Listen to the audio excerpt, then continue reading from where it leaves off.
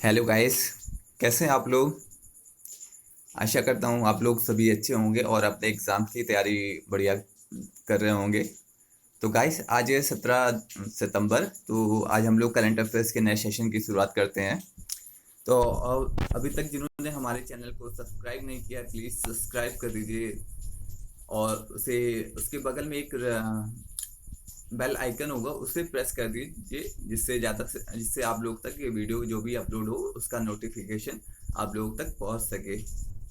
तो गाइस, एक सूचना और देनी है कि हमारे चैनल पे 40% ऐसे लोग हैं जिन्होंने अभी तक इस चैनल को सब्सक्राइब नहीं किया है, बट इस चैनल को देखते ज़रूर है। तो उनसे निवेदन है कि प्लीज़ इस चैनल को, जो आपका चैनल है, इससे चैनल को सब्सक्राइब करिए और इसे ज़्यादा से ज़्यादा लोग तक शेयर करिए, जिससे सभी लोगों का फ़ायदा हो सके। जो भी हम लोग क्वालिटी कंटेंट दे रहे हैं, तो उसका जितना ज़्यादा से ज़्यादा लोग इसका फ़ायदा उठाएंगे, तो हम लोग को इसकी बहुत खुशी होगी कि हम लोग की जो मेहनत है वो काफ़ी लोग तक पहुंच रही है। तो गाइस, शुरू करते हैं 17 सितंबर के करंट अफेयर्स की। क्वेश्चन नंबर फर्स्ट पे आते हैं गाइस। विश्व ओजोन दिवस मनाया जाता है। तो गाइस, क्वेश्चन इंपॉर्टेंट है जो कि ओजोन लेयर से संबंधित है। ओजोन लेयर के संरक्षण के लिए 16 सितंबर को ओजोन दिवस मनाया जाता है। तो गाइस, क्वेश्चन नंबर फर्स्ट का आंसर हो जाएगा ऑप्शन फर्स्ट इज करेक्ट। विश्व ओजोन दिवस मनाया जाता है, तो इसका आंसर हो जाएगा option first is correct correct 16 सितंबर को ओजोन दिवस मनाया जाता है, क्योंकि ओजोन लेयर की जो अभी समस्या चल रही है कि ओजोन लेयर की जो मोटाई होती है वो कम होती जा रही है। तो इस ओजोन लेयर के संरक्षण के लिए ये ओजोन दिवस मनाया जाता है, जिससे ओजोन लेयर के प्रति लोगों में जागरूकता पैदा हो सके और जितने भी जो ओजोन लेयर को जो भी क्षरण करने वाली गैसें होती हैं उनका लोग कम से कम उत्सर्जन करें। तो 16 सितंबर आंसर हो जाएगा क्वेश्चन फर्स्ट का। तो गाइस, क्वेश्चन नंबर सेकंड पे आते हैं, जो ओजोन दिवस से ही संबंधित है। आप लोग इसे जरा क्वेश्चन सेकंड का आंसर सोचिए 10 सेकंड में, फिर मैं इसका आंसर बताता हूँ। क्वेश्चन सेकंड, ओजोन दिवस की थीम है। तो इस बार ओजोन दिवस 16 सितंबर को मनाया गया है और इस बार ओजोन दिवस की थीम है क्लाइमेट प्रोटोकॉल, हमें हमारे भोजन और टीकों को ठंडा रखना है। तो गाइस, क्वेश्चन नंबर सेकंड का आंसर हो जाएगा ऑप्शन थर्ड इज करेक्ट। तो गाइस, बहुत ही इंपॉर्टेंट क्वेश्चन है सभी एग्जाम्स के लिए, पीसीएस हो, आईएएस हो, एसएससी हो। आईएएस के लिए तो इतना इंपॉर्टेंट नहीं है, लेकिन पीसीएस और एसएससी के लिए बहुत ही इंपॉर्टेंट क्वेश्चन है। क्वेश्चन नंबर सेकंड, इसका आंसर हो जाएगा क्वेश्चन नंबर सेकंड का third answer.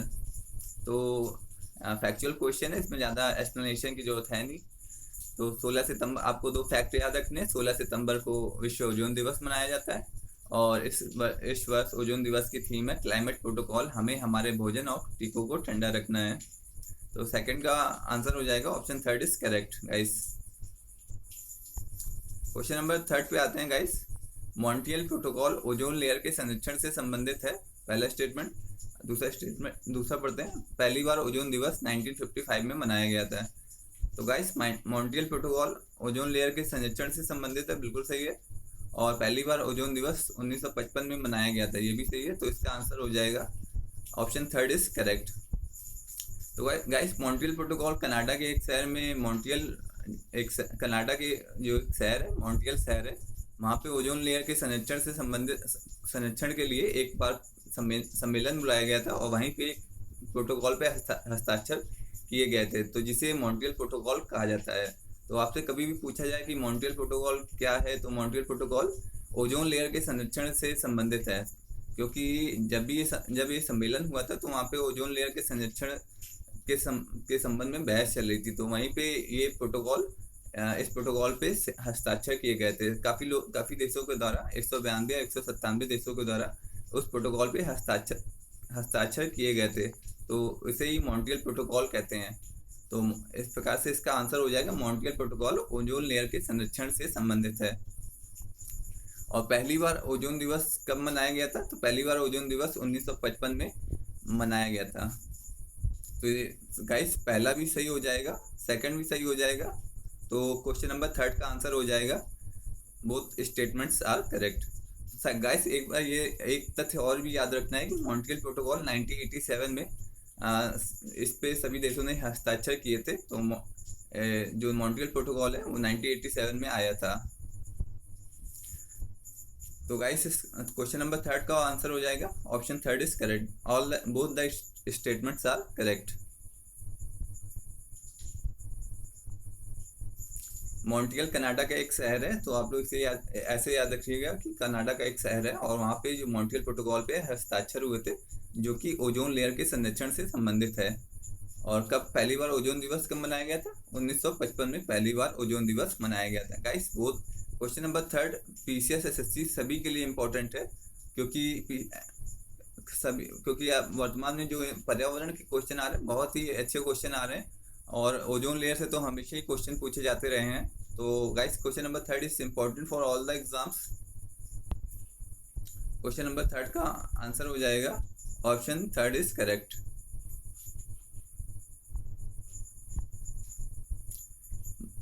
Question number fourth पे आते हैं गाइस, मॉन्ट्रियल प्रोटोकॉल पे कब हस्ताक्षर किया गया था? तो गाइस जैसे हम लोगों ने ऊपर डिस्कस किया कि 1987 में कनाडा के मॉन्ट्रियल शहर में एक प्रोटोकॉल पे हस्ताक्षर किया गया था, जिसे मॉन्ट्रियल प्रोटोकॉल कहते हैं गाइस।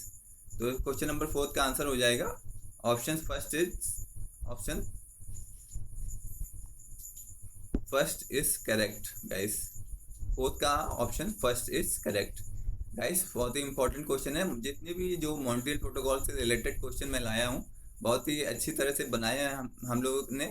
तो ये और सभी क्वेश्चन जितने भी ओजोन लेयर से संबंधित है 3-4 क्वेश्चन है, तो बहुत ही इंपॉर्टेंट क्वेश्चन है, इसे आप लोग याद रखिएगा, इसे भूलिएगा मत। और इसे आप लोग एक कॉपी बना लीजिए, जितने भी मैं 7-8 क्वेश्चन रोज डेली कराता हूँ तो आप लोग कॉपी में नोट डाउन करते चलिए, जिससे आपको जब भी मौका मिले तो आप समय 5-10 मिनट में रिवाइज करके अन्य सब्जेक्ट पे भी फोकस कर सकें गाइस। तो गाइस क्वेश्चन नंबर फोर्थ का आंसर हो जाएगा ऑप्शन फर्स्ट इज करेक्ट। तो गाइस क्वेश्चन नंबर 5 पे आते हैं, क्वेश्चन नंबर 5 पे आते हैं। हाल में ही किस देश ने हवा से CO2 सोखने वाला उपकरण लगाया है? तो हाल में ये आइसलैंड ने हवा से CO2 सोखने वाला संयंत्र लगाया है।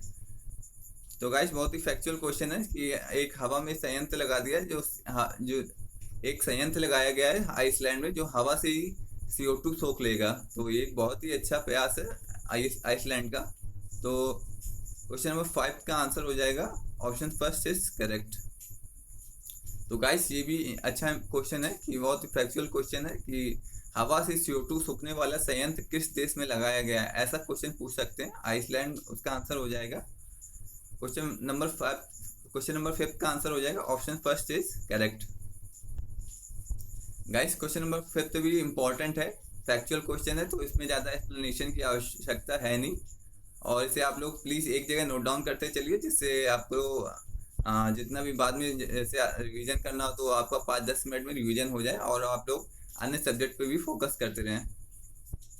तो गाइस जिन्होंने अभी तक हमारे चैनल को सब्सक्राइब नहीं किया प्लीज़ सब्सक्राइब कर लीजिए और लोग से सब्सक्राइब करवाइए, जिससे जो हम लोग आप लोग को क्वालिटी कंटेंट दे रहे हैं सभी लोग तक इसकी पहुंच हो सके, और हमें जो मोटिवेशन आप लोग से मिलता है तो आप लोग हमें प्लीज़ मोटिवेट करिए, और हमारे चैनल पे जो बेल आइकन है उसको प्रेस कर दीजिए, जिससे आप लोग को जो वीडियो हम लोग अपलोड करते हैं उसका नोटिफिकेशन आप लोग को मिल जाए।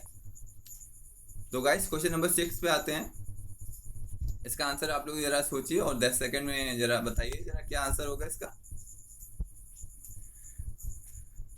टाइम्स 2021 की 100 प्रभावशाली लोगों की सूची में 3 भारतीय हैं। जरा आप लोग इसे 10 सेकंड में इसका आंसर सोचिए और बताइए क्या हो सकता है इसका आंसर।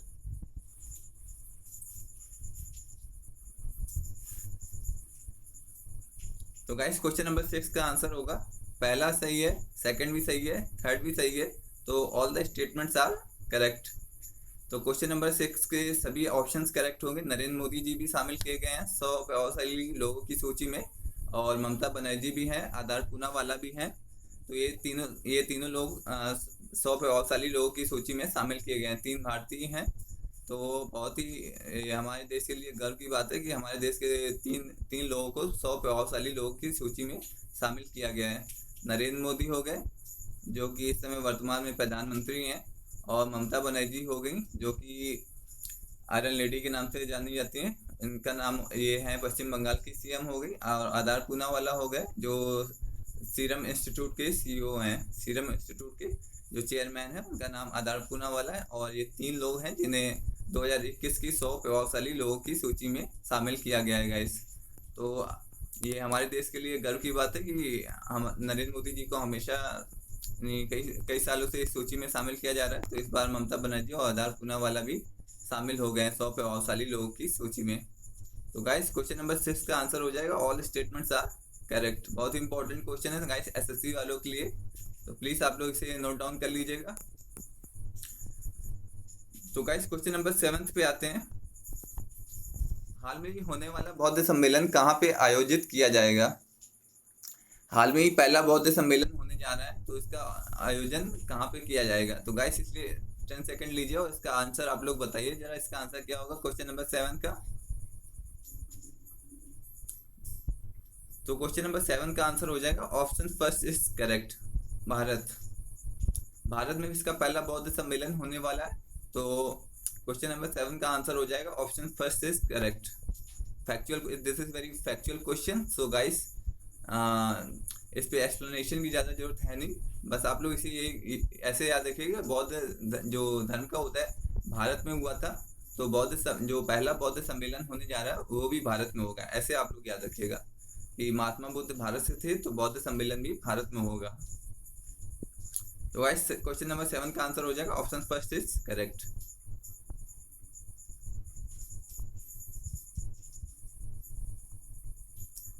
क्वेश्चन नंबर 8 पे आते हैं गाइस। प्रोजेक्ट उड़ान की शुरुआत की गई है। प्रोजेक्ट उड़ान की शुरुआत की गई है, आप लोग जरा 10 सेकंड सोचिए इसका आंसर। बहुत ही अच्छा क्वेश्चन है, प्रोजेक्ट उड़ान बहुत ही इंपॉर्टेंट क्वेश्चन है।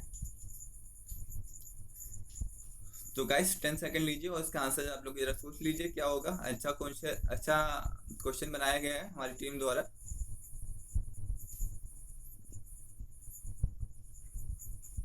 तो गाइस इसका आंसर होगा प्रोजेक्ट उड़ान की शुरुआत आईआईटी बॉम्बे द्वारा की गई है, तो इसका आंसर हो जाएगा ऑप्शन 4 इज करेक्ट। कोई भी नहीं होगा, जो फर्स्ट भी गलत है, सेकंड भी गलत है, थर्ड भी गलत है, तो option 4 is correct. IIT Bombay is the correct answer, IIT Bombay. तो प्रोजेक्ट उड़ान है क्या एक्चुअली में?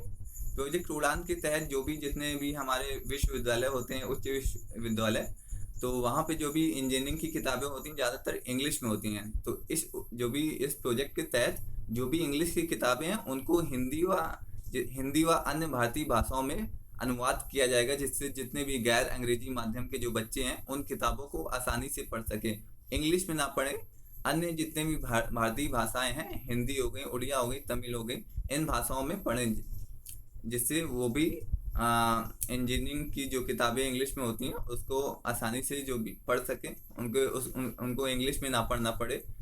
तो और जिससे बच्चे क्या होंगे और मोटिवेट होंगे और इंजीनियरिंग की तरफ आएंगे, कि इंजीनियरिंग की तरफ लोगों का रुझान और बढ़ेगा।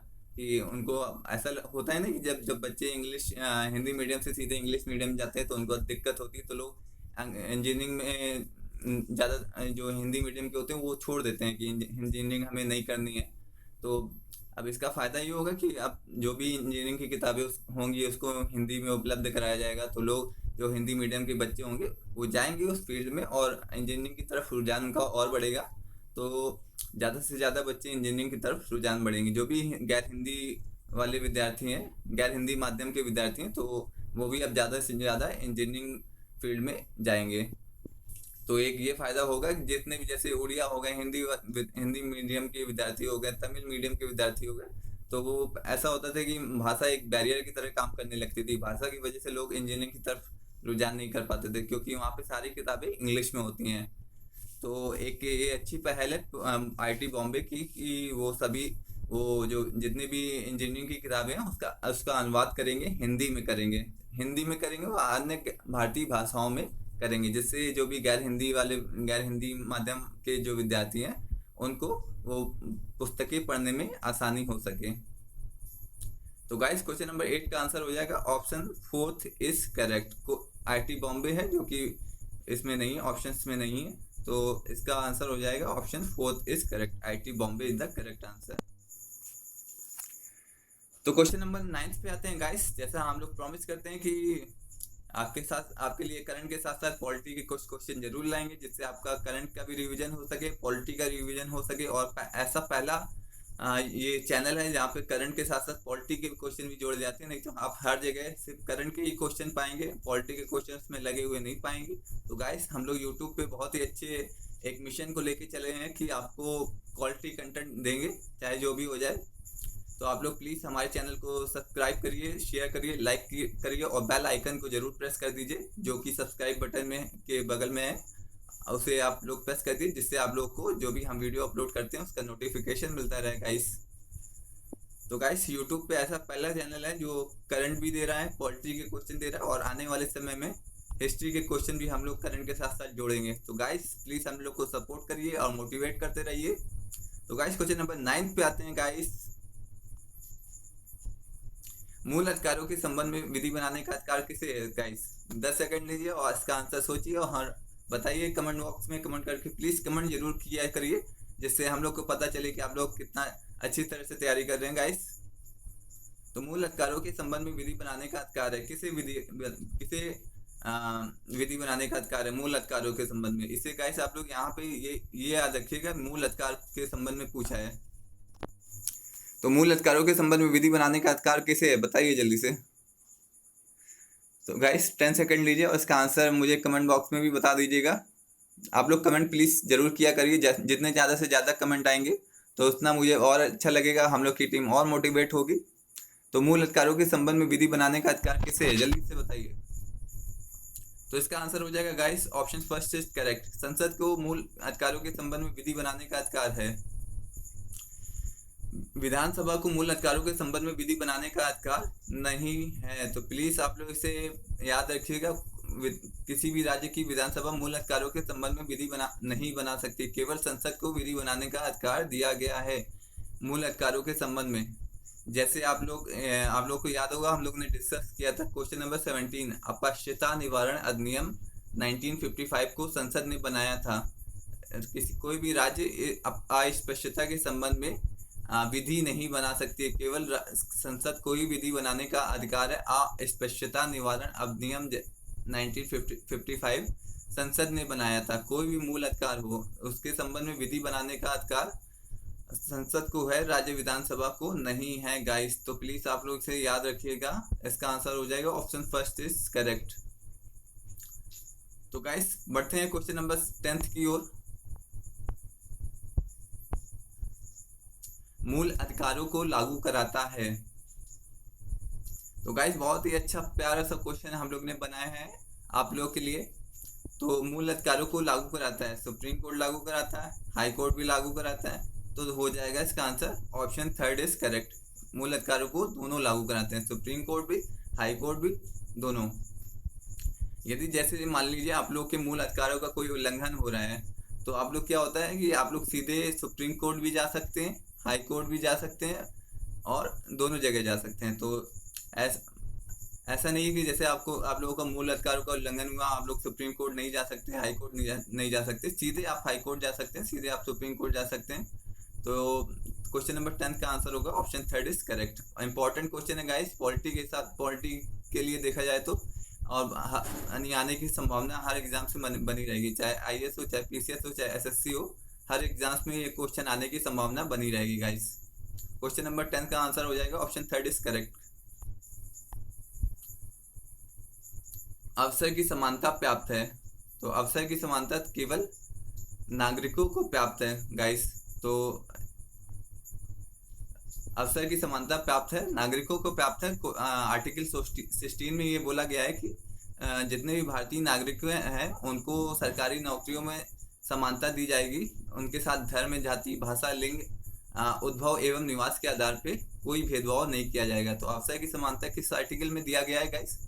आर्टिकल नंबर 16 में ये अवसर की समानता का अधिकार दिया गया है। अवसर की समानता मतलब इसका अर्थ क्या है कि जितनी भी सरकारी नौकरी है उन सब में राज्य किसी तरह का भेदभाव नहीं करेगा, धर्म, भाषा, जाति, लिंग, उद्भव, निवास के आधार पर किसी भी तरह का भेदभाव राज्य नहीं करेगा, और ये अधिकार केवल नागरिकों को प्राप्त है।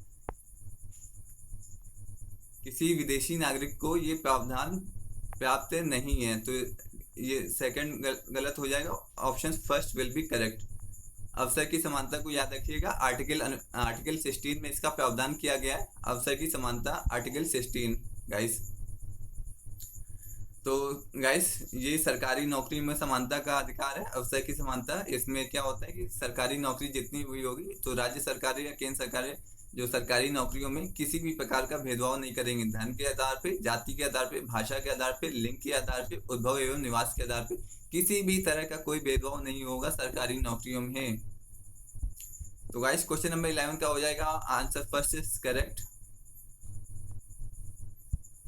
क्वेश्चन नंबर 12 पे आते हैं गाइस। मूल अधिकारों में संशोधन नहीं किया जा सकता है, केशवानंद भारतीवाद संविधान के आधारभूत ढांचे से संबंधित है। क्वेश्चन 12 बहुत ही इंपॉर्टेंट क्वेश्चन है गाइस, बहुत ही अच्छा क्वेश्चन बनाया है हम लोग की टीम ने। तो आप लोग से 10 सेकंड सोचिए और इसका आंसर प्लीज कमेंट बॉक्स में जरूर करिए, और हमारे चैनल को सब्सक्राइब करिए, लाइक करिए, शेयर करिए और बेल आइकन पे प्रेस कर दीजिए जिससे हमारे चैनल को मोटिवेशन मिले। तो गाइस क्वेश्चन नंबर 12 का आंसर हो जाएगा, पहला स्टेटमेंट इज करेक्ट, मूल अधिकारों का ये पहला स्टेटमेंट गलत हो जाएगा, सेकंड स्टेटमेंट इज करेक्ट। तो इसका आंसर हो जाएगा क्वेश्चन नंबर 12 का answer option second is correct. तो गाइस मूल अधिकारों में संशोधन नहीं किया जा सकता, ये स्टेटमेंट गलत है, क्योंकि मूल अधिकार जितने भी मूल अधिकार हैं सब में संशोधन किया जा सकता है। केशवानंद भारती वाद में बोला गया है कि मूल अधिकारों में आप संशोधन कर सकते हैं, जबकि उससे पहले एक वाद और आया था गोलकनाथ बनाम पंजाब वाद, उसमें बोला गया था कि मूल अधिकारों में संशोधन नहीं किया जा सकता है। लेकिन उसके बाद केशवानंद भारती वाद आया जिसने अपने ही फैसले को उलट दिया, सुप्रीम कोर्ट ने अपने फैसले को उलट दिया और कहा कि जितने भी मूल अधिकार हैं उसमें आप संशोधन कर सकते हैं। तो आप लोग ये वाद याद रखिएगा कि केशवानंद भारती वाद में ऐसा बोला गया कि मूल अधिकारों में आप संशोधन कर सकते हैं, केशवानंद भारती वाद में ऐसा बोला गया। जबकि गोलकनाथ जो वाद आया था उसमें बोला गया था कि मूल अधिकारों में आप संशोधन नहीं कर सकते हैं। और हमें केशवानंद भारती वाद याद रखना है कि इसमें बोला गया कि मूल अधिकारों में संशोधन किया जा सकता है, तो पहला स्टेटमेंट गलत हो जाएगा। और केशवानंद भारती वाद संविधान के आधारभूत ढांचे में संबंधित है, तो गाइस ये स्टेटमेंट सही हो जाएगा, क्योंकि केशवानंद भारती वाद में बोला गया था कि आप संसद संविधान में संशोधन तो कर सकती है लेकिन संसद संविधान के आधारभूत ढांचे में परिवर्तन नहीं कर सकती। तो आधारभूत ढांचे का सिद्धांत कहाँ पे आया, केशवानंद भारती वाद में आया।